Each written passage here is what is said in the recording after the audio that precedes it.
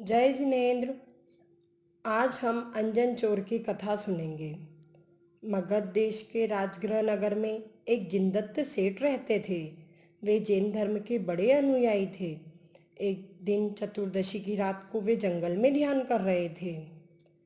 उनके पास अमितप्रभ और विद्युतप्रभ दो देव आए। ये दोनों देव जिनदत्त सेठ की परीक्षा करने लगे। दोनों देवों ने बहुत अधिक पत्थर बरसाए, बिजली गिराई, परंतु जिनदत्त सेठ तो धर्म के अनुयायी होने के कारण अपने ध्यान में ही लीन रहे। वे पर्वत की तरह अडिग रहे। जब सवेरा हुआ तो दोनों देवों ने प्रसन्न होकर जिनदत्त सेठ को आकाशगामिनी विद्या दी तथा देव यह कहकर अपने स्थान पर चले गए कि तुम पंच नमस्कार मंत्र की साधर्म विधि से यह दूसरे को भी दे सकोगे। विद्या के प्रभाव से जिनदत्त बहुत प्रसन्न हुए और उनके अकृत्रिम चैत्यालयों में दर्शन करने की इच्छा पूर्ण हुई। वे उसी समय अकृत्रिम चैत्यालयों के दर्शन करने को पहुंच गए और खूब भक्तिभाव से पूजा अर्चना करने लगे। इस प्रकार जिनदत्त सेठ प्रतिदिन जिन मंदिरों के दर्शन करने को जाने लगे।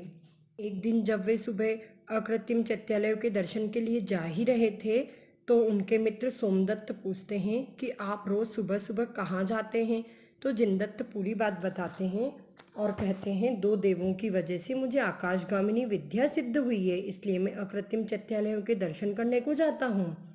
सोमदत्त कहते हैं कि मैं भी यह विद्या सिद्ध करना चाहता हूँ। तो जिनदत्त सेठ पूरी विधि बताते हैं कि आपको कृष्ण पक्ष की चतुर्दशी की रात को तुम्हें जंगल में ध्यान करना होगा। 108 लड़ी की सीधा बनानी होगी, उसके नीचे तीखे तीखे शस्त्र रखने होंगे। उसके बाद तुम्हें नमोकार मंत्र का जाप करना होगा और एक एक सीधे को काटना होगा। जैसे ही आखिरी सीधा काटोगे तो तुम्हें आकाशगामिनी विद्या सिद्ध होगी। परंतु वह तो डर गया और सीधे पर से नीचे उतर गया।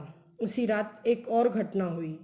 मणिकांजन सुंदरी नामक एक वेश्या ने अपने पर प्रेम करने वाले अंजन नामक चोर से कहा, आज मैंने कनकवती पटरानी के गले में एक रत्नों का हार देखा है। मुझे वह हार आप लाकर दीजिए, तभी आप मेरे स्वामी हो सकोगे, अन्यथा नहीं। मणिकांजन सुंदरी की यह बात सुनकर अंजन चोर रानी का हार चुराने चला गया। रानी के गले से हार निकालकर जैसे ही वापस आने लगा तो पहरेदारों ने देख लिया। अंजन चोर वहां से जान बचाकर भागने लगा और भागते भागते वह सोमदत्त के पास आ गया जहां वह विद्या सिद्ध कर रहा था। तो अंजन चोर सोमदत्त से पूछते हैं कि तुम ये क्या कर रहे हो, क्यों अपनी जान दे रहे हो।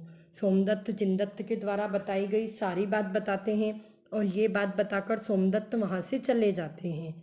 अंजन चोर सोचता है, क्यों न मैं ये करूं ताकि मुझे भी विद्या सिद्ध हो, क्योंकि मैं भागा तो सिपाही वैसे ही मार डालेंगे, तो धर्म से मरना ज़्यादा अच्छा है।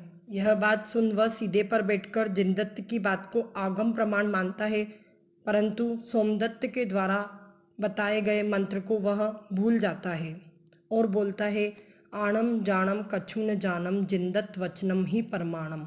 ऐसा उच्चारण कर वह सीधे की एक एक लड़ी को काटता है और आखिरी लड़ी काटकर जब वह शस्त्र पर गिरने ही वाले थे तो उन्हें आकाशगामिनी विद्या सिद्ध हो गई और वे मोक्ष को दीक्षा लेकर मोक्ष को गए।